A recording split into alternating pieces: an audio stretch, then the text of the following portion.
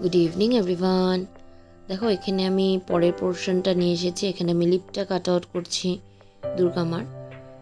তো এখানে লিপটাকে বার করার জন্য আমি লিপের উপর পোর্শনটা আমি কাট করে বার করছিলাম, সাথে আমি লিপের নিচের পোর্শনটাও কেটেছি। কেটে মাঝখান থেকে লিপটাকে আমরা বের করেছি।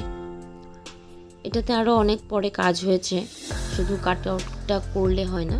এই কাট আউটটা করার পরে এটার মধ্যে স্যান্ড পেপার দিয়ে মিক্স করতে হয় বা সুন্দর করে মেশাতে হয়, যার জন্য ফেসটা ডেপথটা ক্রিয়েট হয় বা মিলিয়ে যায় বলতে পারো তোমরা। তো এইভাবে দেখো আমি এই যে নিচের পোর্শনটাও কেটে নিলাম। কেটে আমি এখন ঠোঁটের যেটা পার্ট আছে আমি এটা বের করে নিচ্ছি।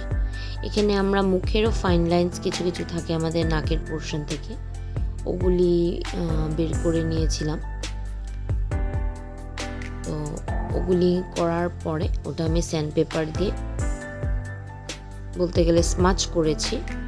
স্মাচ করলে জিনিসটা এই যে দেখো এভাবে আমি ফাইন লাইনটাও বের করে নিচ্ছিলাম। ফাইন লাইনটাও বের করার পরে এভাবে মিশিয়ে দিয়েছি। তো এভাবেই পাশে থেকো, সাথে থেকো। Bye bye.